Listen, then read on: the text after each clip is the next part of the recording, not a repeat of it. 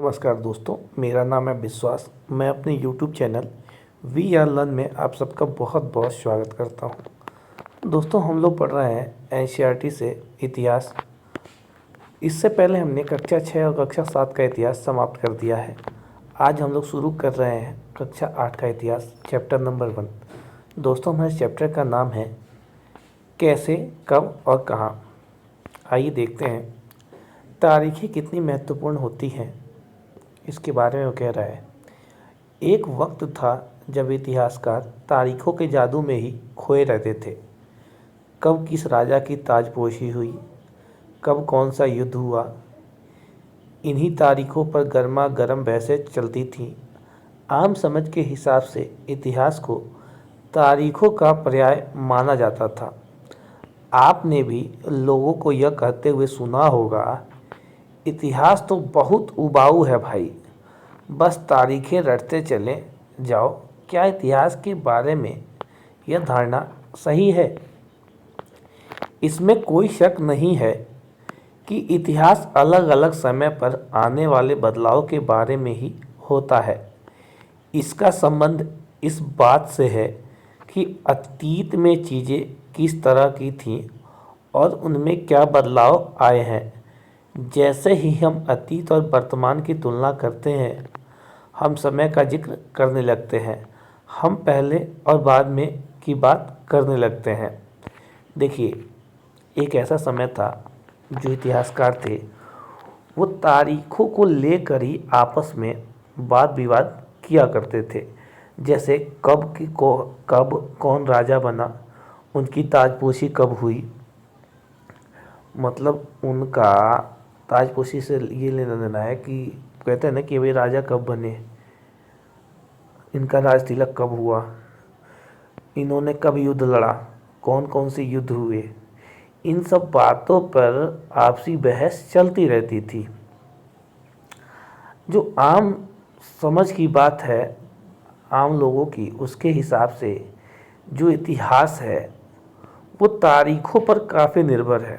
ठीक है, आपने ये भी कहते हुए सुना होगा या आप लोग भी कहते होंगे, इतिहास में यार बहुत तारीखें याद करनी पड़ती हैं, ये पकाऊ है, उबाऊ है, बस तारीखें रट लो, इतिहास के बारे में पता चल जाएगा। कौन सा युद्ध किस सन में हुआ, कौन से कब जैसे मान लीजिए ये बोलता है ना, कब कौन राजा बना, मुग़ल काल का समय क्या था, दिल्ली सल्तनत का काल क्या था, गुप्त वंश का समय क्या था। तो ये सब तारीखें रटते रटते आदमी को ऐसा लगता है जैसे इतिहास तो बहुत ही उबाऊ है। ठीक है, देखिए, इतिहास जो है वो अलग अलग समय पर जो बदलाव हुए उनके बारे में होता है। इसका संबंध इस बात से भी होता है कि अतीत में जो चीज़ें थीं वो किस तरीके की थी और आज के समय में उनमें क्या बदलाव हुए हैं। ठीक है, जैसे ही हम अतीत और वर्तमान की तुलना करते हैं, हम समय का जिक्र करने लगते हैं, यानी तारीखों के बारे में हम बात करने लगते हैं। हम पहले और बाद में ऐसी बात करते हैं ना कि पहले ऐसा होता था, अब ऐसा होता है। देखिए आगे क्या दे रहा है। रोज़मर्रा की ज़िंदगी में हम अपने आसपास की चीज़ों पर हमेशा ऐतिहासिक सवाल नहीं उठाते। हम चीज़ों को स्वाभाविक मानकर चलते हैं, मानो जो कुछ हमें दिख रहा है वो हमेशा से ऐसा ही रहा हो। लेकिन हम सबके सामने कभी कभी अचंभे के क्षण आते हैं। कई बार हम उत्सुक हो जाते हैं और ऐसे सवाल पूछते हैं जो वाकई ऐतिहासिक होती है। किसी व्यक्ति को सड़क किनारे चाय के घूंट भरते देखकर आप इस बात पर हैरान हो सकते हैं कि चाय या कॉफ़ी पीने का चलन शुरू कब से हुआ होगा। रेलगाड़ी की खिड़की से बाहर झांकते हुए आपने जहन में ये सवाल उठ सकता है कि रेलवे का निर्माण कब हुआ। रेलगाड़ी के आने से पहले लोग दूर दूर की यात्रा किस तरह कर पाते थे।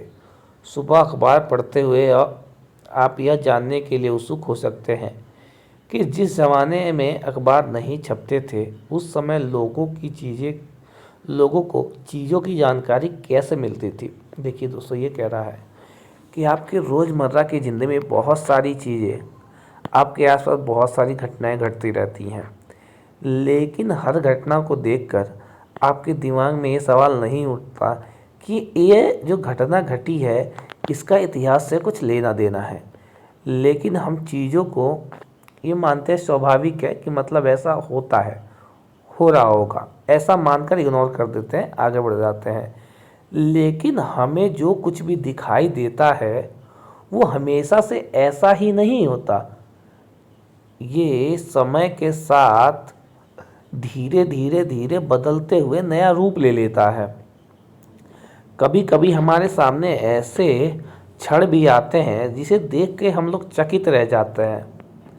कई बार हम इतने उत्सुक हो जाते हैं कि ऐसे सवाल पूछने लग जाते हैं कि क्या कोई इसका वाकई इतिहास है, और क्या ये चीज़ें वाकई में ऐतिहासिक हैं, और क्या ऐतिहासिक चीज़ें होती हैं।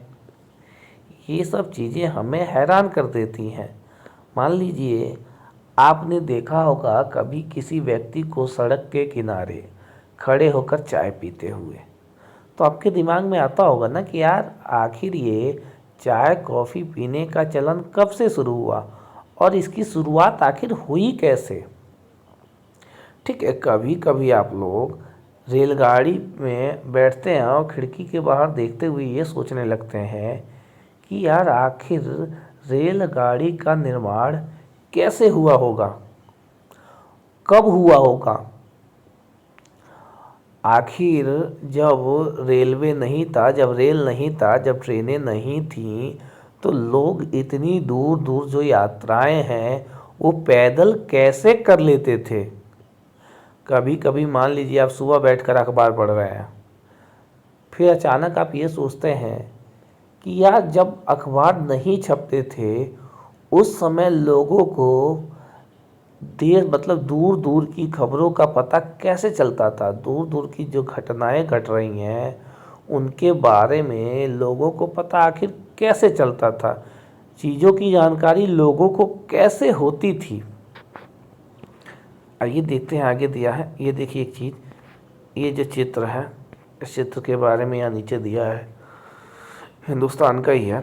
ब्राह्मण ब्रिटेनिया को शास्त्र भेंट कर रहे हैं। जेम्स रेनेल द्वारा तैयार किए गए पहले नक्शे का आवरण चित्र 1782 रॉबर्ट क्लाइव ने रेनेल को हिंदुस्तान के नक्शे तैयार करने का काम सौंपा था। भारत पर अंग्रेजों के विजय के समर्थक रेनेल को वर्चस्व स्थापित करने की प्रक्रिया में नक्शे तैयार करना बेहद महत्वपूर्ण लगता था। इस तस्वीर में दिखाया गया है कि भारत के लोग स्वेच्छापूर्वक अपने प्राचीन पवित्र ग्रंथ ब्रिटिश सत्ता की प्रतीक ब्रिटेनिया को सौंप रहे हैं, मानो वे विशेष भारतीय संस्कृति की रक्षा के लिए आने का आग्रह कर रहे हों। ये देखिए, ये जो ब्राह्मण हैं अपना ग्रंथ जो है ब्रिटानिया को सौंप रहे हैं। ठीक है, मतलब उपहार के रूप में दे रहे हैं। जो ब्राह्मण है अपने शास्त्र को जो ब्रिटेन वासी हैं उनको भेंट कर रहे हैं, गिफ्ट के तौर पे दे रहे हैं। जो जेम्स रेनेल थे उनको रॉबर्ट क्लाइव ने हिंदुस्तान का नक्शा तैयार करने का काम सौंपा था। भारत पर जब अंग्रेज़ों की विजय हो गई तो रेनेल को अपना वर्चस्व स्थापित करने के लिए हिंदुस्तान का नक्शा बनाना था। ठीक है, आइए देखते हैं। ये सारे ऐतिहासिक सवाल हमें समय के बारे में सोचने के लिए प्रेरित कर देते हैं। समय को हमेशा साल या महीनों के पैमाने पर ही नहीं देखा जा सकता। कई बार ऐसी प्रक्रियाओं के लिए कोई तारीख तय करना वाकई गलत होता है जो एक लंबे समय तक चलती रहती हैं। भारत में लोगों ने अचानक एक दिन सुबह सवेरे चाय पीना शुरू नहीं कर दिया था। इसका स्वाद धीरे धीरे ही उनकी ज़ुबान पर चढ़ा। इस तरह की प्रक्रियाओं के लिए कोई स्पष्ट तिथि नहीं हो सकती। इस तरह हम ब्रिटिश शासन की स्थापना के लिए भी कोई एक तिथि नहीं बता सकते। राष्ट्रीय आंदोलन किस दिन शुरू हुआ या अर्थव्यवस्था या समाज में किस दिन बदलाव आए यह बताना भी संभव नहीं है। यह सारी चीज़ें एक लंबे समय में घटती हैं। ऐसे में हम सिर्फ एक अवधि की ही बात कर सकते हैं। एक लगभग सही अवधि के बारे में बता सकते हैं जब वे खास बदलाव दिखाई देने शुरू हुए होंगे। देखिए ये कह रहा है जो ये ऐतिहासिक घटनाएं हैं, इसको ऐसा मान लेना कि ये एक दिन में हुए या एक महीने में हुए या एक साल में हुए, तो हम इन घटनाओं को दिन, महीने या साल के हिसाब से अंदाज़ा नहीं लगा सकते। ये जो प्रक्रियाएं हैं, इनके लिए कोई तारीख तय कर लेना बहुत गलत होगा। ये एक लंबे समय तक चली प्रक्रियाएं हैं, इनमें धीरे धीरे धीरे करके परिवर्तन हुए हैं। मान लीजिए चाय को ही ले लीजिए, भारत में जो लोग हैं उन्होंने चाय अचानक एक दिन में पीना तो शुरू कर नहीं दिया, उनको भी धीरे धीरे धीरे आदत लगी होगी, यह बदलाव धीरे धीरे हुआ होगा उनमें। उसी प्रकार जो ब्रिटिश शासन की स्थापना है, उसके लिए कोई एक निश्चित तारीख तय कर लेना बहुत ही गलत होगा।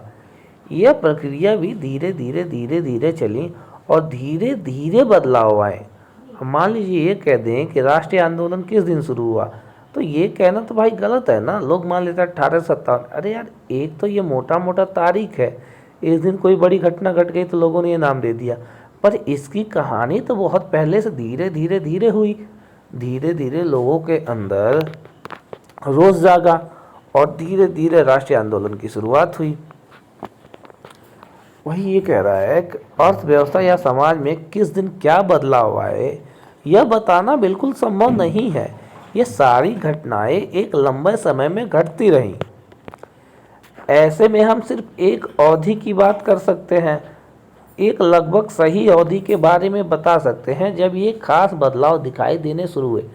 जब हमें ये बदलाव दिखने शुरू हुए कि अब ब्रिटिश सत्ता जो है धीरे धीरे भारत के क्षेत्रों पर अपना नियंत्रण कर रही है, या राष्ट्रीय आंदोलन ये देखते हैं कि लोग अब सड़कों पे आने लगे, मतलब बदलाव जब दिखना शुरू होता है, उस अवधि के बारे में बात किया जा सकता है। उसको आदमी खास मान के एक तारीख दे सकता है, लेकिन ये कहना कि ये काम इसी दिन हुआ, ये गलत है। फिर लोग इतिहास को तारीख से जोड़कर क्यों देखते हैं? इस जुड़ाव की एक वजह है, एक समय था जब युद्ध और बड़ी बड़ी घटनाओं के ब्यौरों को ही इतिहास माना जाता था। यह इतिहास राजा महाराजाओं और उनकी नीतियों के बारे में होता था।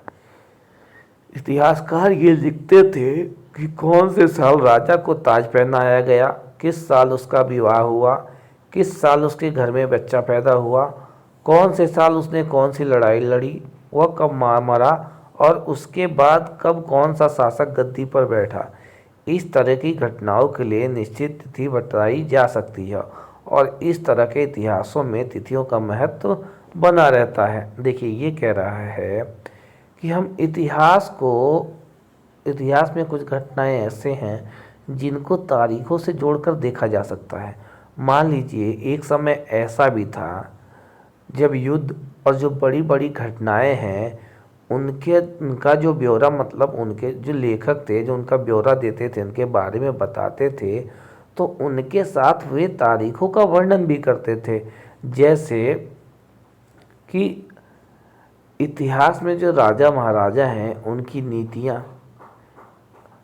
नीतियों के बारे में जो इतिहासकार में लिखते हैं कि कौन से साल राजा को ताज पहनाया गया, किस साल उसका विवाह हुआ, किस साल उसका पुत्र हुआ, कब राजा मरा, कब राजा ने कौन सी लड़ाई लड़ी। इन सब घटनाओं के बारे में एक निश्चित तिथि बताई जा सकती है, एक तारीख ऐसा बताया जा सकता है जब ये घटनाएं घटित हुई, क्योंकि इनके बारे में इनका ब्यौरा इतिहासकारों ने दिया है, लिखा है। इसलिए इस तरह का जो इतिहास है इसमें तिथियों का महत्व बना रहता है। जैसा कि पिछले 2 सालों की इतिहास की किताबों में आपने देखा है, अब इतिहासकार बहुत सारे दूसरे मुद्दे और दूसरे सवालों के बारे में भी लिखने लगे हैं। वे इस बात पर ध्यान देते हैं कि लोग किस तरह अपनी रोजी रोटी चलाते थे, वे क्या पैदा करते थे और क्या खाते थे, शहर कैसे बने और बाजार किस तरह फैले, किस तरह रियासतें बनी, नए विचार पनपे और संस्कृति और समाज किस तरह बदले। देखिए, पहले जो इतिहासकार होते थे वो केवल राजा और उनके परिवार से जुड़ी घटनाओं का वर्णन करते थे, लेकिन धीरे धीरे बदलाव जब होने लगे तो इतिहासकारों ने दूसरे अन्य मुद्दे भी उठाने चालू किए। जैसे उन्होंने उस समय जो लोग थे, अन्य समाज जो था, सामाजिक जो लोग थे, छोटे वर्ग थे, बड़े वर्ग थे, राजाओं के अलावा वो लोग अपनी रोटी रोजी कैसे चलाते थे। जैसे किसान वर्ग, वो क्या पैदा करते थे, क्या खाते थे, शहरों का विकास कैसे हुआ, बाजार किस तरह से फैले, रियासतें कैसे बनी, नए नए विचार और संस्कृति समाज में किस तरह से बदली, इन सब के बारे में अब इतिहासकार लिखने लगे थे। कौन सी तारीखें? देखिए, कुछ तारीखों को महत्वपूर्ण मानने का पैमाना क्या होता है। अब ये कह रहा है कि आप कुछ तारीखें ऐसी होती है जिसको महत्वपूर्ण माना जाता है, लेकिन उनको महत्वपूर्ण मानने का जो तरीका है वो क्या होता है, आखिर आप कैसे मानेंगे ये तारीख महत्वपूर्ण है। देखिए, हमने जो तारीखें हम जो तारीखें चुनते हैं, जिन तारीखों के इर्द गिर्द हम अतीत की कहानी बुनते हैं, वह अपने आप में महत्वपूर्ण नहीं होती। वे इसलिए महत्वपूर्ण हो जाती हैं क्योंकि हम कुछ खास घटनाओं को महत्वपूर्ण मानकर चलने लगते हैं। अगर अध्ययन का विषय बदल जाता है, अगर हम नए मुद्दों पर ध्यान देने लगते हैं, तो महत्वपूर्ण तारीखें भी बदल जाती हैं। एक उदाहरण पर विचार कीजिए। भारत में ब्रिटिश इतिहासकारों ने जो इतिहास लिखे, उनमें हर एक गवर्नर जनरल का शासनकाल महत्वपूर्ण है। यह इतिहास प्रथम गवर्नर जनरल वारेन हेस्टिंग के शासन से शुरू होते थे और आखिरी वायसराय लॉर्ड माउंटबेटन के साथ खत्म होते थे। अलग अलग अध्यायों में हम दूसरे गवर्नर जनरलों Hasting, Wellesley, Bentinck, Dalhousie, Canning, Lawrence, Lytton, Ripon, Curzon, Hardinge, Irwin के बारे में पढ़ते हैं। देखिए, ये कह रहा है कि कुछ तारीखों को आप महत्वपूर्ण मान सकते हैं, लेकिन महत्वपूर्ण मानने का पैमाना आखिर किस बलबूते पर, या मतलब किस तरीके से आप तारीखों को महत्वपूर्ण मानते हैं। हम जो तारीखें चुनते हैं, आप जो तारीखें चुनते हैं, उन तारीखों के आसपास बहुत सारी अतीत की कहानियां हैं, बहुत सारी अतीत की कहानियां भी बुनते हैं कि इस समय ये हुआ होगा, उस समय ये हुआ होगा। ठीक है, वह अपने आप में महत्वपूर्ण नहीं होती, वह महत्वपूर्ण इसलिए होती है क्योंकि आप उसे महत्वपूर्ण मानते हो। ठीक है, कुछ खास घटनाओं को महत्वपूर्ण मानकर, इम्पोर्टेंट मानकर आप चलने लगते हो कि हाँ यार, ये घटना बहुत इंपॉर्टेंट होगी। अगर आप अध्ययन का विषय बदल दें, मतलब उसके बारे में जो पढ़ रहे हैं उसको छोड़ के कुछ अन्य चीज़ पढ़ने लगते हैं, तो आपको नए मुद्दे मिलते हैं, आप नए मुद्दों पर ध्यान देने लगते हैं, तो वह तारीखें चेंज हो जाती हैं। अब नई तारीखें जो हैं वो आपके लिए इम्पोर्टेंट हो जाती हैं। मान लीजिए, भारत में इतिहासकार जो हैं, उन्होंने जो भी गवर्नर जनरल हुए, ब्रिटिश इतिहासकार जो हैं, उन्होंने जितने भी गवर्नर जनरल हैं उनके शासन काल को महत्वपूर्ण बताया है। अब जैसे इतिहास जो था वो प्रथम गवर्नर जनरल वारेन हेस्टिंग से शुरू हुआ था, ठीक है, और आखिरी जो वायसराय लॉर्ड माउंटबेटन थे उनके साथ ख़त्म होते हैं। तो कुछ इतिहासकार हैं वो लिखेंगे, वारेन हेस्टिंग के समय में लिख रहे हैं, तो जाहिर सी बात है जब आप उनके बारे में पढ़ेंगे तो आपको वारेन हेस्टिंग इम्पोर्टेंट लगेंगे। लेकिन जब आप धीरे धीरे उनको छोड़ के आगे बढ़ेंगे और आप माउंटबेटन के बारे में पढ़ेंगे तो पता चला कि अब आपका विषय बदल गया। अब लॉर्ड माउंटबेटन के बारे में आप पढ़ने लगे, आपको इम्पोर्टेंट लगने लगा। और देखिए, जो वो वारेन हेस्टिंग का टाइम पीरियड था वो आपको पहले इम्पोर्टेंट लगता था, पर जब आप लॉर्ड माउंटबेटन के बारे में पढ़ने लगे तो वो टाइम पीरियड चेंज हो गया, अब आपको उसका टाइम पीरियड इम्पोर्टेंट लगने लगा। तो वही कह रहा है कि जैसे जैसे हम अध्ययन का विषय बदलते हैं वैसे वैसे तारीखें भी चेंज हो जाती हैं और दूसरी तारीखें महत्वपूर्ण लगने लगती हैं। देखिए, इस इतिहास में गवर्नर जनरल और वायसरायों का कभी न खत्म होने वाला सिलसिला ही छाया रहता था। आगे हम लोग जो भी ब्रिटिश गवर्नर हुए उनके बारे में पढ़ते हैं और हम देखेंगे कि इस काल के दौरान जो भी गवर्नर जनरल थे उन्हीं का ही सिलसिला चलता रहा। इतिहास की इन किताबों में सारी तारीखों का महत्व इन अधिकारियों, उनकी गतिविधियों, नीतियों, उपलब्धियों के आधार पर ही तय होता था। यह ऐसे था मानो इन लोगों के जीवन के बाहर कोई ऐसी चीज़ नहीं थी जिससे जानना महत्वपूर्ण हो। उन लोगों के जीवन का कर्म ब्रिटिश भारत के इतिहास में अलग अलग अध्यायों का विषय बन जाता था। अब मान लीजिए जब ब्रिटिश शासन हो गया और इन गवर्नर जनरल का काल आया, तो यार आप इतिहास देखेंगे तो इनके पीरियड में इनको छोड़कर और कोई चीज़ इम्पोर्टेंट लगती ही नहीं थी। अगर इनके समय का टाइम ऑफ पीरियड देखें और तारीखों को देखें तो खाली इनकी ही बातें होती थी। इनके अलावा किसी अन्य चीज़ की, किसी बाहरी किसी भी चीज़ की कोई इम्पोर्टेंस है ही नहीं। लोगों को लगता ही नहीं था कि इनके अलावा बाहरी चीज़ों को भी जानना महत्वपूर्ण है। इनके जीवन का कर्म ही भारत के इतिहास के अलग अलग अध्यायों का विषय बन गया। क्या हम इसी दौर के इतिहास को अलग ढंग से नहीं लिख सकते थे? भाई बिल्कुल लिख सकते थे। जो हमने इस पीरियड का इतिहास लिखा है उनमें खाली इन वायसराय, इन्हीं के बारे में, इन्हीं के जीवन के बारे में, इन्हीं की उपलब्धियों के बारे में लिख दिया। यार इनसे अलग भी तो इतिहास लिखा जा सकता था। क्या हम इसी दौर के इतिहास को अलग ढंग से नहीं लिख सकते? बिल्कुल लिख सकते थे। गवर्नर जनरलों के इस इतिहास के चौखटे में हम भारतीय समाज के विभिन्न समूहों और वर्गों की गतिविधियों पर किस तरह ध्यान दे सकते हैं? भाई बिल्कुल, वायसराय के साथ साथ भारत में और जो सामाजिक गतिविधियां हैं उन पर भी तो ध्यान दिया जा सकता है। जब हम इतिहास या कोई कहानी लिखते हैं तो उसे टुकड़ों या अध्यायों में बांट देते हैं। हम ऐसा क्यों करते हैं? ऐसा इसलिए किया जाता है ताकि हर अध्याय में कुछ सामंजस्य रहे। इसका मकसद कहानी को इस तरह सामने लाना होता है कि उसे आसानी से समझा जा सके और याद रखा जा सके। इस प्रक्रिया में हम सिर्फ उन घटनाओं पर जोर देते हैं जो उस कहानी को पेश करने में मददगार होती है, जिससे कहानी आसान बनती है, लोगों को समझ में आती है। जो इतिहास गवर्नर जनरलों के जीवन के इर्द गिर्द चलता है उसमें भारतीयों की गतिविधियों कोई मायने नहीं रखती, उनके लिए वहाँ कोई जगह नहीं होती। तो फिर क्या किया जाए? जाहिर है हमें अपने इतिहास का एक अलग खाका बनाना पड़ेगा। इसका मतलब यह है कि अब तक जिन तिथियों को महत्व दिया जा रहा था वे महत्वपूर्ण नहीं रहेंगी। हमारे लिए नई तिथियां महत्वपूर्ण हो जाएंगी।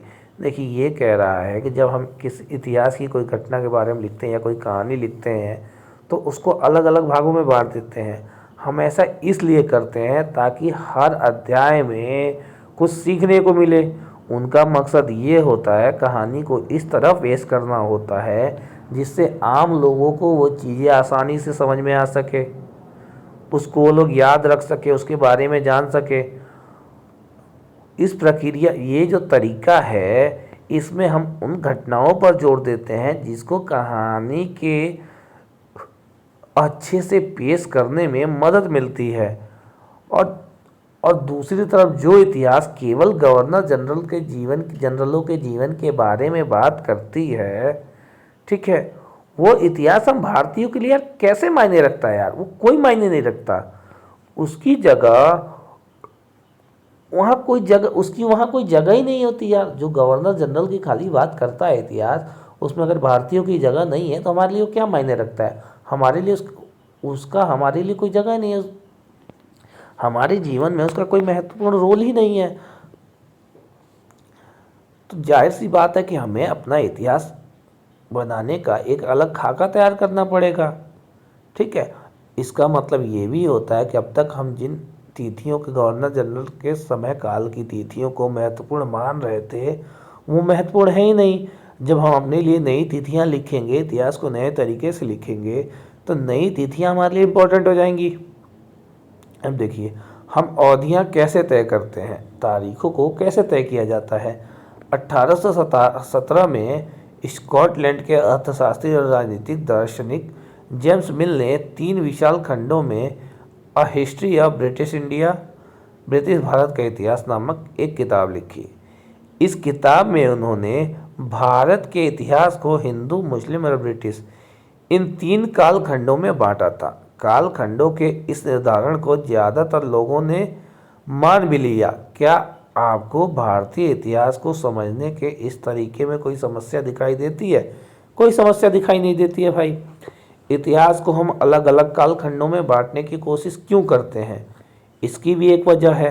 हम एक दौर की खासियतों, उसके केंद्रीय तत्वों को पकड़ने की कोशिश करते हैं। इसलिए ऐसे शब्द महत्वपूर्ण हो जाते हैं जिनके सहारे हम समय को बांटते हैं। यह शब्द अतीत के बारे में हमारे विचारों को दर्शाते हैं। वे हमें बताते हैं कि एक अवधि से दूसरी अवधि के बीच आए बदलाव के क्या महत्व होता है। मतलब एक पीरियड से दूसरे पीरियड के बीच जो बदलाव आए उनकी इम्पोर्टेंस है क्या। मिल को लगता था कि सारे एशियाई समाज सभ्यता के मामले में यूरोप से पीछे हैं। इतिहास की उनकी समझदारी ये थी कि भारत में अंग्रेजों के आने से पहले यहाँ हिंदू और मुसलमान तानाशाहों का ही राज चलता था। यहाँ चारों ओर केवल धार्मिक बैर, जातिगत बंधनों और अंधविश्वासों का ही बोलबाला था। देखिए जो मिल ने जो इतिहास लिखा था, उनको ऐसा लगता था भारत जो था वो सभ्यता के मामले में यूरोप से काफ़ी पीछे था। इतिहास में उनकी समझदारी ये थी कि भारत में अंग्रेज़ों के आने से पहले यहाँ जो हिंदू मुसलमान थे उनकी ही तानाशाही चलती थी। यहाँ चारों ओर केवल धार्मिक मतलब धर्म के मामले में लोग लड़ते रहते थे, जात पात को लेकर लड़ते रहते थे, अंधविश्वास चारों तरफ फैला था। मिल की राय में ब्रिटिश शासन भारत को सभ्यता की राह पर ले जा सकता था। इस काम के लिए जरूरी था कि भारत में यूरोपीय शिष्टाचार, कला, संस्थानों और कानूनों को लागू किया जाए। मिल ने तो यह तक सुझाव दिया था कि अंग्रेजों को भारत के सारे भूभाग पर कब्जा कर लेना चाहिए ताकि भारतीय जनता को ज्ञान और सुखी जीवन प्रदान किया जा सके। उनका मानना था कि अंग्रेजों के मदद के बिना हिंदुस्तान प्रगति नहीं कर सकता। देखिए जो मिल थे उनका ये मानना था भारत में यूरोपीय शिष्टाचार को बढ़ावा मिलना चाहिए, यूरोपीय कला, संस्थान और कानूनों को लागू किया जाना चाहिए। मिल ने यह भी सुझाव दिया था कि अंग्रेजों को पूरे भारत पर कब्जा कर लेना चाहिए, जिससे जो भारत उनको जो लगता था कि भारत में असभ्य लोग हैं, सभ्यता नहीं है, उनको शिक्षित किया जा सके। और उनको ये भी लगता था कि अंग्रेज़ों के बिना हिंदुस्तान प्रगति कर ही नहीं सकता, हिंदुस्तान की तरक्की हो ही नहीं सकती। इतिहास की इस धारणा में अंग्रेजी शासन प्रगति और सभ्यता का प्रतीक था। अंग्रेजी शासन से पहले सारा अंधकार का दौर था। क्या इस तरह की धारणा का स्वीकार किया जा सकता है? भाई बिल्कुल नहीं। हमारी सभ्यता जो थी यूरोप से तो बहुत आगे थी। ठीक है, हमारी सभ्यता यूरोप से बहुत आगे थी। तो ये मान लेना कि अंग्रेज़ों की वजह से अंग्रेजी शासन प्रगति और सभ्यता का प्रतीक है, उनसे पहले यहाँ अंधकार का दौर था, ये तो धारणा ही गलत है भाई। क्या इतिहास के किसी दौर को हिंदू या मुसलमान दौर कहा जा सकता है? क्या इन सारे दौरों में कई तरह के धर्म एक साथ नहीं चलते थे? किसी युग को केवल उस समय के शासकों के धर्म के हिसाब से तय करने की जरूरत क्या है? अगर हम ऐसा करते हैं तो इसका मतलब यह कहना चाहते हैं कि औरों के जीवन और तौर तरीकों का कोई महत्व नहीं होता। हमें याद रखना चाहिए कि प्राचीन भारत में सारे शासकों का भी एक धर्म नहीं होता था। देखिए, यह मान लेना कोई दौर केवल हिंदू का था या मुसलमान का था, यह गलत है। हर दौर में हिंदू और मुसलमान सब लोग थे। ये मानना कि यार सारे दौरों में एक ही तरह के धर्म एक साथ नहीं चलते थे, केवल एक ही धर्म चलता था, अन्य लोगों को अन्य दूसरे धर्मों की मान्यता नहीं थी, ये बात गलत है। हर युग में हर धर्म के लोग थे। किसी युग को केवल ये मान लेना कि उस शासक का यह धर्म था तो इस युग में यही उस समय यही धर्म चल रहा होगा, तो ये गलत है। उस युग में भी अलग अलग धर्मों के लोग रहते थे। और याद रखना चाहिए कि जो प्राचीन भारत में जो शासक थे वही एक धर्म के नहीं थे, अलग अलग धर्मों के लोग शासक थे भारत में। मुसलमान भी थे, हिंदू भी थे यार, अलग अलग रिलीजन से थे ना। अंग्रेजों द्वारा सुझाए गए वर्गीकरण से अलग हटकर इतिहासकार भारतीय इतिहास को आमतौर पर प्राचीन, मध्यकालीन तथा आधुनिक काल में बांटकर देखते हैं। इस विभाजन की भी अपनी समस्याएं हैं। इतिहास को इन खंडों में बांटने की यह समझ भी पश्चिम से आई है। पश्चिम में आधुनिक काल को विज्ञान, तर्क, लोकतंत्र, मुक्ति, असमानता जैसी आधुनिकता की ताकतों के विकास का युग माना जाता है। उनके लिए मध्यकालीन समाज वे समाज थे जहां आधुनिक समाज की ये विशेषताएं नहीं थी। क्या हम अपने अध्ययन के लिए आधुनिक काल की अवधारणा को बिना सोचे विचारे ऐसे ही अपना सकते हैं? जैसा कि आप इस किताब में देखेंगे, अंग्रेजों के शासन में लोगों के पास समानता, स्वतंत्रता या मुक्ति नहीं थी और न ही यह आर्थिक विकास और प्रगति का दौर था। बहुत सारे इतिहासकार इस युग को औपनिवेशिक युग कहते हैं। देखिए, इसमें ये कह रहा है जो अंग्रेजों ने इतिहास को बांटने का तरीका सुझाया, उससे अलग हटकर जो भारतीय इतिहासकार थे उन्होंने इतिहास को प्राचीन इतिहास, मध्यकालीन इतिहास और आधुनिक इतिहास काल में बांट दिया। ठीक है, ये विभाजन का जो तरीका था इसकी भी समस्याएं थी। ये जो इनको खंडों में बांटने का जो ये तरीका था ये भी पश्चिम से ही आई थी। पश्चिम में आधुनिक काल जो है वो आधुनिक काल किसे कहते हैं? जिसमें विज्ञान ने तरक्की कर ली, लोकतंत्र है, मुक्ति है, लोगों में समानता है। इस युग को लोगों ने आधुनिक काल कहा। ठीक है, जैसे आधुनिकता की ताकतों के विकास का युग माना जाता है उसके लिए मध्यकालीन वे, जबकि मध्यकालीन देखिए आधुनिक काल में जो लोगों का था वो विकास हुआ। विकास के हुआ, विज्ञान का हुआ, लोकतंत्र का विकास हुआ, लोग मुक्त हो गए। मुक्त मतलब दास प्रथा वगैरह ये सारी चीज़ें ख़त्म हो गई, लोगों में समानता आ गई, जात पात भेदभाव ये सब चीज़ें कम हो गई। तो इसको लोगों ने आधुनिक युग माना। और वहीं जो मध्यकालीन समाज है वो समाज थे जहाँ ये सब विशेषताएं, आधुनिक समाज की जो आज की विशेषताएं हैं वो नहीं थी, उसे उन्होंने मध्यकालीन समय मान लिया। क्या हम अध्ययन के लिए आधुनिक काल की जो ये अवधारणा है इसको बिना सोचे समझे अपना सकते हैं? भाई नहीं अपना सकते। आप इस किताब में देखेंगे जो अंग्रेजों के शासन थे उसमें लोगों के पास समानता थी? नहीं थी। लोग स्वतंत्र थे? नहीं थे। लोग मुक्त थे? नहीं थे। ना ही कोई आर्थिक विकास हुआ और ना ही ये प्रगति का दौर था। फिर आप इसे आधुनिक काल कैसे कह सकते हैं? जबकि कुछ इतिहासकार ऐसे हैं जो इस युग को ये मानते हैं यह औपनिवेशिक युग था, यानी ये जो बड़े बड़े फैक्ट्रियां हैं, ठीक है, इन सब का उदय इसी समय हुआ। देखिए औपनिवेशिक क्या होता है, इस किताब में आप पढ़ेंगे किस तरह अंग्रेजों ने हमारे देश को जीता और स्थानीय नवाबों और राजाओं को दबाकर अपना शासन स्थापित किया। आप देखेंगे किस तरह उन्होंने अर्थव्यवस्था व समाज पर नियंत्रण स्थापित किया, अपने सारे खर्चों को निपटाने के लिए राजस्व वसूल किया, अपनी ज़रूरत की चीज़ों को सस्ती कीमत पर खरीदा, निर्यात के लिए महत्वपूर्ण फसलों की खेती कराई और इन सारी कोशिशों के कारण क्या बदलाव आए। आप ये भी जानेंगे कि ब्रिटिश शासन के कारण ही यहाँ मूल्य मान्यताओं और पसंद नापसंद, रीति रिवाज और तौर तरीकों में क्या बदलाव आए। जब एक देश पर दूसरे देश के दबदबे से इस तरह के राजनीतिक, आर्थिक, सामाजिक और सांस्कृतिक बदलाव आते हैं तो इस प्रक्रिया को औपनिवेशीकरण कहा जाता है। औपनिवेशीकरण का मतलब ये होता है किसी देश पर दूसरे देश का कंट्रोल होना, तब इस देश तो उस देश को किसी अन्य देश का उपनिवेश कहा जाता है। ठीक है, लेकिन जल्दी आप ही ये समझ जाएंगे कि सारे वर्ग और समूहों ने इन बदलावों को एक ही ढंग से अनुभव नहीं कर रहे थे। इसलिए हम इन किताबों को हमारे अतीत यानी कई अतीतों पर केंद्रित नाम दिया गया। देखिए, जो कई समाज के जो अन्य लोग थे, तो सब लोगों ने इन बदलावों का अनुभव एक साथ नहीं किया। सब लोगों को ऐसा नहीं लग रहा था कि बदलाव हो रहा है, लोगों को ये चीज़ें धीरे धीरे समझ में आई। इसलिए इन किताबों का नाम हमारा अतीत रखा गया या दिया गया।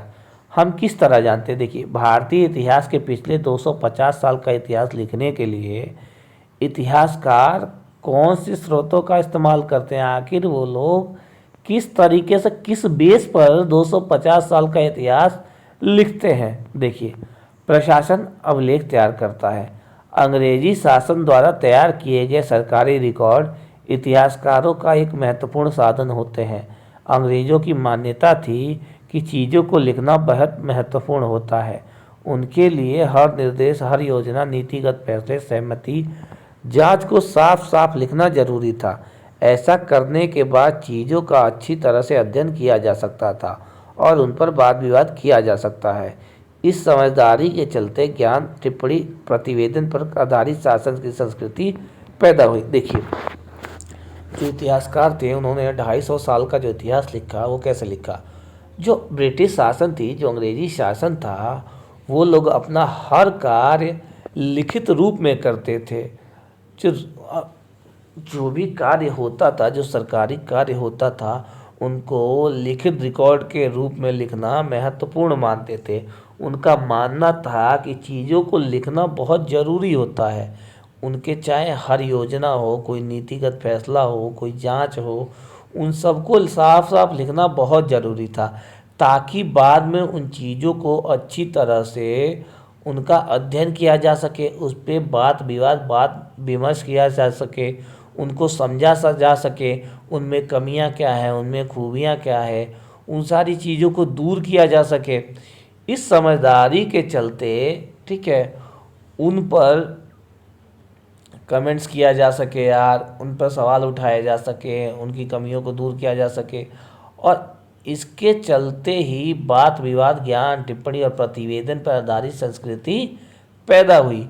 अंग्रेजों को यह लगता था कि तमाम अहम जो दस्तावेज और पत्रों को संभाल कर रखना बहुत ज़रूरी है, ताकि भविष्य में कभी उनकी ज़रूरत पड़े तो उनको पता चल सके इस समय ऐसा काम हुआ था। उन्होंने सभी शासकीय संस्थानों में अभिलेख कक्ष भी बनवा दिए। जो भी सरकारी कार्य होते थे, ठीक है, उनके जो दस्तावेज होते थे उनको रखने के लिए जो भी शासकीय संस्थान थे, सरकारी दफ्तर थे, वहाँ पे उन्होंने अभिलेख कक्ष अलग से बनवा दिए। तहसील के दफ्तर में, कलेक्ट्रेट में, कमिश्नर के दफ्तर में, प्रांतीय सचिवालय में, कचहरी में, सबके अपने रिकॉर्ड रूम होते थे, जहाँ जो इम्पोर्टेंट दस्तावेज थे, जो कागज़ पत्तर थे, उनको बचा कर रखने का कार्य होता था। 19वीं सदी की शुरुआत में प्रशासन की एक शाखा से दूसरी शाखा के पास भेजे गए पत्रों और ज्ञापनों को आप आज भी अभिलेखागारों में देख सकते हैं। वहां आप जिला अधिकारियों द्वारा तैयार किए गए नोट्स और रिपोर्ट पढ़ सकते हैं, या ऊपर बैठे अफसरों द्वारा प्रांतीय अधिकारियों को भेजे गए निर्देश और सुझाव देख सकते हैं। 19वीं सदी की शुरुआती सालों में इन दस्तावेजों को सावधानीपूर्वक नकलें बनाई जाती थी। देखिए, जो 19वीं सदी का जो स्टार्टिंग पीरियड था, उस समय प्रशासन की एक शाखा जो दूसरे शाखा के पास पत्र भेजते थे, उनके ज्ञापनों को, मतलब उनके द्वारा भेजे गए पत्रों को आज भी आप जो रिकॉर्ड रूम है उसमें जाके देख सकते हैं। उस समय जो जिला अधिकारियों द्वारा नोट्स तैयार किए जाते थे, उन रिपोर्टों को आप पढ़ सकते हैं। उनसे ऊपर जो अफसर बैठे थे, वो अपने प्रांतीय अधिकारियों को जो निर्देश देते थे या सुझाव देते थे, उनके बारे में आप रिकॉर्ड रूम में जाके पढ़ सकते हैं। 19वीं सदी का जो शुरुआती साल था, इस समय इन दस्तावेजों को सावधानीपूर्वक इनकी कॉपी भी बनाई जाती थी, ताकि अगर इनमें कोई दिक्कत होती है तो इसकी कॉपी रहे, उससे काम चल जाए। जब नई दिल्ली का निर्माण हुआ तो राष्ट्रीय संग्रहालय और राष्ट्रीय अभिलेखागार दोनों ही वायसराय के निवास के नज़दीक बनाए गए थे। इससे पता चलता है कि अंग्रेज़ों की सोच में इन संस्थानों का कितना भारी महत्व। देखिए, ये संग्रहालय है जहाँ पर जो ये रिकॉर्ड रूम है ना, रिकॉर्ड रूम समझ लिए, जहाँ पर इन कागज पत्रों को रखा जाता था। और ये वायसराय के घर के बहुत नज़दीक बनाया जाता था, जिसे देखकर पता ये चलता है कि उनके लिए कितनी इम्पोर्टेंट चीज़ थी। ये देखिए, यहाँ पे कुछ लिखा गया है उसके बारे में। गृह विभाग को भेजी गई एक रिपोर्ट है। सन 1946 में भारत की औपनिवेशिक सरकार शाही भारतीय नौसेना के जहाज़ों में सिपाहियों की बगावत को कुचलने का प्रयास कर रही थी। उस समय विभिन्न बंदरगाहों से गृह विभाग को जो रिपोर्टें मिल रही थीं, उनमें से कुछ नमूने इस प्रकार है। बम्बई, इस बात का इंतजाम कर लिया गया है कि सेना के जहाज़ों और दफ्तरों पर कब्जा कर ले। शाही नौसैनिक जहाज़ अभी भी बंदरगाह से बाहर ही हैं। कराची में एक मिला है, देखिए, 301 विद्रोहियों को गिरफ्तार कर लिया गया है। कुछ अन्य संदेहास्पद विद्रोही भी गिरफ्तार किए गए हैं, मतलब उनके ऊपर संदेह है, बस संदेह के ऊपर उनको गिरफ्तार कर लिया गया है। सारे 70 सैनिक निगरानी में हैं। विशाखापट्टनम से है एक रिपोर्ट, देखिए, स्थिति पूरी तरह से नियंत्रण में है और कहीं हिंसा नहीं हुई है। जहाज़ों और प्रतिष्ठानों पर सैनिक गार्ड तैनात कर दिए गए हैं। किसी परेशानी की उम्मीद नहीं है, सिवाय इसके कि संभव है कुछ सिपाही काम पर ना आए। Director of intelligence headquarter, India command, situation report number संख्या 7, फाइल संख्या 52146, गृह राजनीतिक, भारत सरकार से। देखिए, ये रिपोर्ट है जो सैनिकों ने बगावत किया था ना, 1909 भारतीय नौसेना ने बगावत कर दिया था, उसके बारे में है। कहाँ सैनिकों को गिरफ्तार कर लिया गया, कहाँ सिचुएशन कैसी है, इन सबको बताने के लिए। उन्हें खुशन बीसी के माहिर लिखते थे। खुशन बीसी या सुलेख बीसी ऐसे लोग होते थे जो बहुत सुंदर ढंग से चीज़ें लिखते हैं। 19वीं सदी के मध्य तक छपाई तकनीक भी फैलने लगी थी और इस तकनीक के सहारे प्रत्येक सरकारी विभाग की कार्रवाइयों के दस्तावेज कई प्रतियां बनाई जाने लगी। देखिए, खुशन बीसी का मतलब ये होता है, जैसे आजकल लेखाकार होते हैं ना, वैसे ही लेखाकार मान लीजिए, कैग वगैरह, जानते हैं इसके बारे में, पढ़े होंगे, पॉलिटी में पढ़ेंगे, नहीं तो आप पढ़ाऊँगा मैं आपको। भारत सरकार अपना लेखाकार होता है ना, भारत सरकार रखते हैं अपने सारी चीज़ों का रिकॉर्ड रखने के लिए लेखाकार नियुक्त करती है। वो लोग ही भारत सरकार की जितनी सारी चीज़ें हैं, भारत सरकार क्या कार्य कर रही है, किन से मिलना है, कोई रिपोर्ट तैयार करनी, ये सब सारे काम वही करते हैं कैग वाले। उसी प्रकार ये लोग भी होते थे, लिखने में बहुत माहिर होते थे, बहुत सुंदर लिखते थे, इसलिए इनको हायर किया जाता था। बाद में छपाई की तकनीक फैल गई तो धीरे धीरे चीज़ों की जो भी डॉक्यूमेंट्स होते थे उनकी बहुत सारी प्रतिलिपियाँ बनाई जाने लगी, उनकी फ़ोटोकॉपी की जाने लगी। सर्वेक्षण का बढ़ता महत्व। औपनिवेशिक शासन के दौरान सर्वेक्षण का चलन भी महत्वपूर्ण होता गया।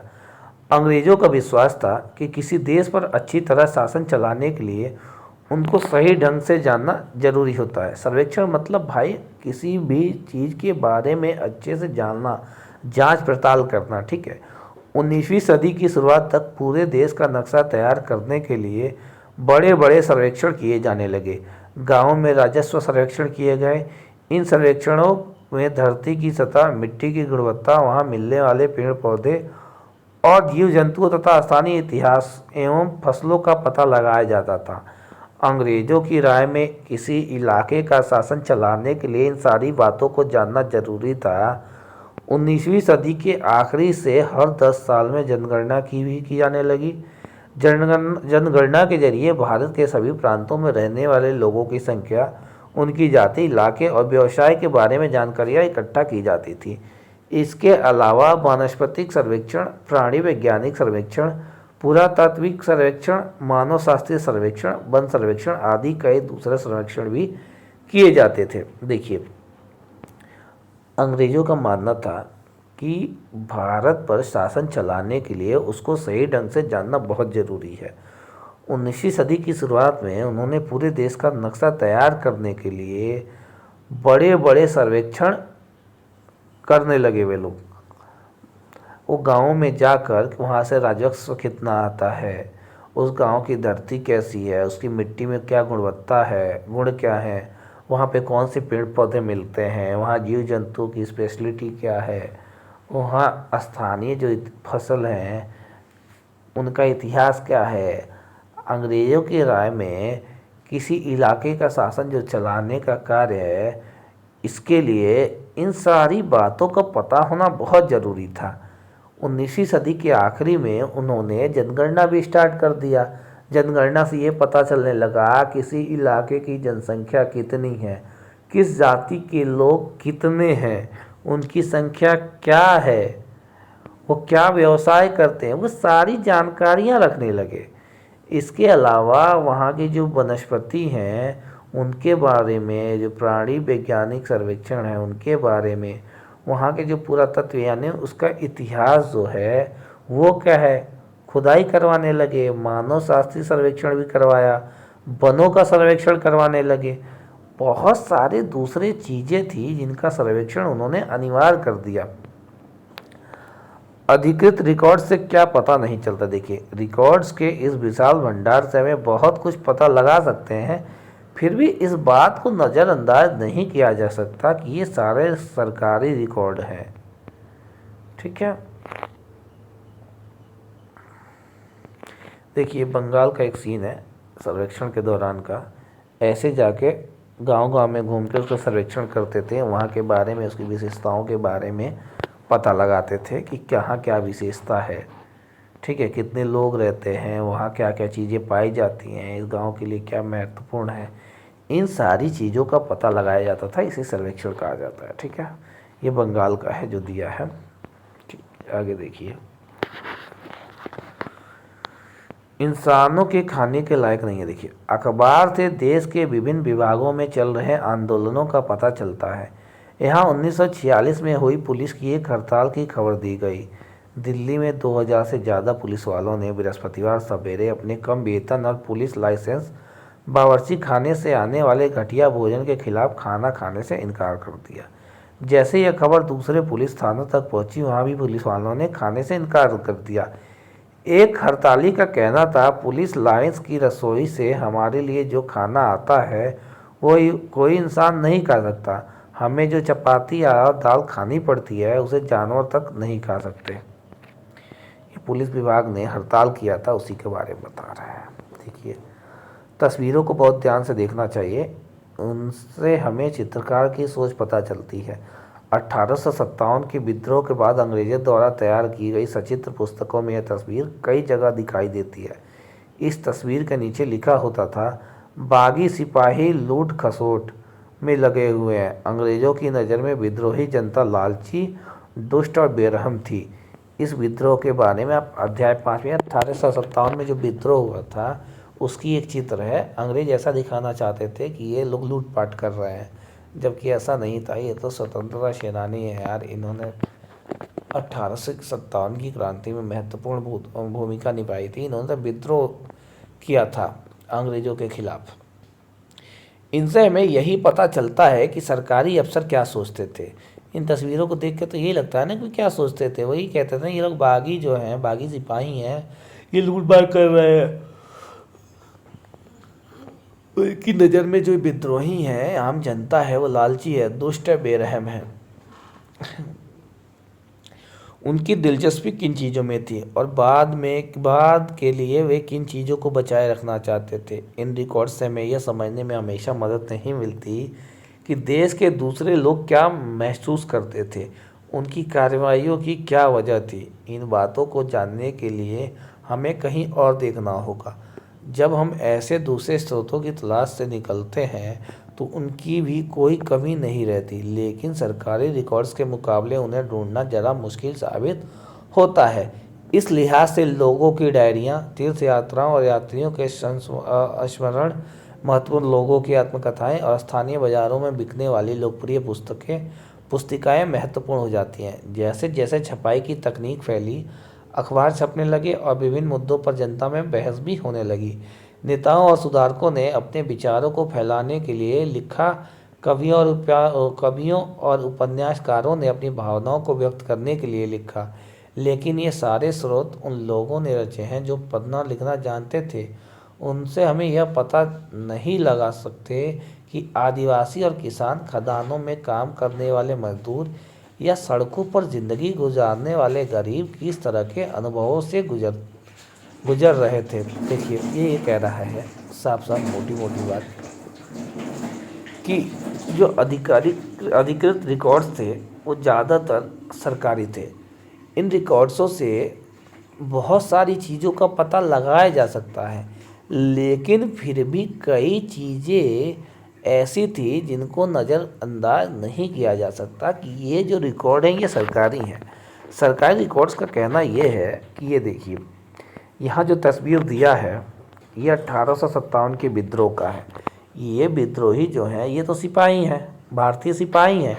इनके बारे में अंग्रेज़ लिखते हैं कि ये लोग लालची थे, दुष्ट थे, बेरहम थे,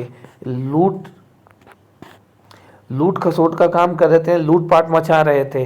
अंग्रेज इन सिपाहियों को चोर बता रहे हैं, लालची बता रहे हैं। तो जाहिर सी बात है जो सरकारी रिकॉर्ड है तो इनके बारे में यही सब चीज़ें लिखी रहेगी।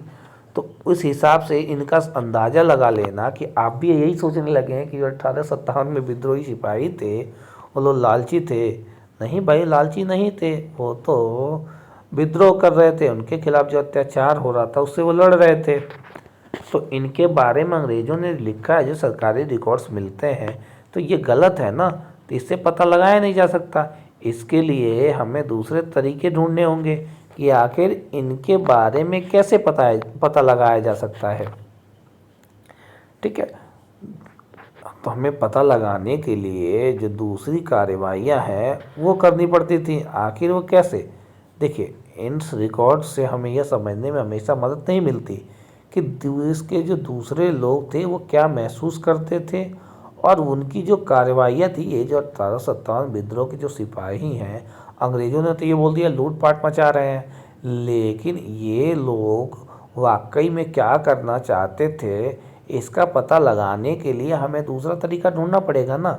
जैसे सिक्के की एक पहलू तो हमने अंग्रेज़ों ने बता दिया, पर हमें दूसरे पहलू के बारे में जानने के लिए दूसरा तरीका ढूंढना होगा। एक पहलू सरकारी रिकॉर्ड से मिलता है, पर दूसरा पहलू कहाँ से मिलता है ये देखिए।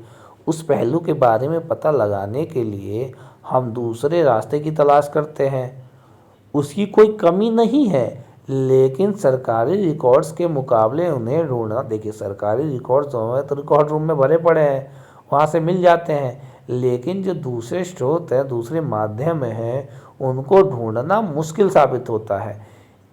जैसे लोगों की डायरियाँ, उस समय लोग डायरियाँ लिखते थे, या जो तीर्थ यात्री थे अपनी यात्राओं का वर्णन करते थे, या लोगों की जो आत्मकथाएं थीं, या स्थानीय बाज़ारों में जो लोकप्रिय पुस्तिकाएं बिकती थीं उनके माध्यम से। और धीरे धीरे जब छपाई की तकनीक फैल गई तो चीज़ें अखबार में छपने लगे। बहुत सारे मुद्दों पर जनता में बहस भी होने लगी। नेताओं और जो समाज सुधारक थे उन्होंने अपने अपने विचारों को व्यक्त करना स्टार्ट कर दिया। जो कवि थे, उपन्यासकार थे, वो भी अपनी भावनाओं को व्यक्त करने लगे। इन सारे स्रोतों में उन लोगों ने रचे हैं, इन सब चीज़ों को उन लोगों के द्वारा रचा गया है जो लोग पढ़ना और लिखना जानते थे। भाई जब पढ़ना और लिखना जानते हैं तभी तो कोई चीज़ यार लिखेंगे, ऐसे कैसे लिख पाएंगे। लेकिन देखिए इनसे यह पता नहीं लगा सकते इन लोगों की जो रचनाएं हैं, कवियों की या उपन्यासकारों की, या अखबार में जो लेख छप रहे हैं, इन सब से बहुत सारे मुद्दों के बारे में पता तो चलता है, लेकिन जो आम किसान थे, आदिवासी थे, खदानों में काम करने वाले मजदूर थे, या सड़कों पर जो ज़िंदगी गुजारने वाले लोग थे, गरीब थे, उनके अनुभव कैसे थे, आखिर वो उन लोगों का सामाजिक जीवन कैसा था, गुजर बसर कैसे होता था, इन सब के बारे में पता लगाना बहुत मुश्किल काम है। अगर हम थोड़ी और कोशिश करें तो इस बारे में जान सकते हैं। जैसे जैसे आप इस किताब में आगे बढ़ेंगे आपको बातें समझ में आने लगेगी कि जो किसान थे, जो मजदूर वर्ग था, उनका जीवन कैसा था। उसको ढूंढने के लिए इतिहासकारों ने किन स्रोतों का सहारा लिया, इन सब सारी बातों का पता हमें अगले अध्याय में आगे पता चलेगा। ठीक है, तो आइए देखते हैं कि आगे क्या बताते हैं। हमारा चैप्टर यहाँ समाप्त हो गया। ठीक है, तो मैं उम्मीद करता हूँ कि आप लोगों को ये चैप्टर बहुत अच्छा लगा होगा। अच्छे से पढ़िए और अपने एग्ज़ाम की तैयारी अच्छे से कीजिए। और दोस्तों, आप लोगों से हाथ जोड़कर रिक्वेस्ट है कि हमारे चैनल को ज़्यादा से ज़्यादा शेयर कीजिए। हमारे वीडियो को लाइक, शेयर और कमेंट करना तो बिल्कुल मत भूलिए। और चैनल को दोस्तों आए हैं सब्सक्राइब कीजिए, अपने दोस्तों के पास शेयर कीजिए, ज़्यादा से ज़्यादा सब्सक्राइब करवाइए। ठीक है, इस पर आपको धीरे धीरे गवर्नमेंट जॉब से रिलेटेड जितने भी ज़रूरी चीज़ें हैं आपको यहाँ पे सब फ्री में मिलेंगी। ठीक है, आपसे 1 रुपया नहीं लिया जाएगा। बस थोड़ा सपोर्ट कीजिए, करेंगे तो अच्छा रहेगा। उन लोगों की मदद होगी यार, जो लोग जिनके पास पैसे नहीं है, कुछ करना चाहते हैं कर नहीं पाते, तो उनके लिए कर दीजिए। आपके पास पैसे हैं तो जाइए किसी बड़े कोचिंग के पास, वहाँ पैसे दीजिए और पैसे बर्बाद कीजिए, फिर घर आइए। ये सारी चीज़ें यार लाखों रुपए ले लेते हैं। ठीक है, तो उन पे ध्यान मत दीजिए, अच्छे से पढ़ाई कीजिए, पेपर नज़दीक है। Bye bye, Tata.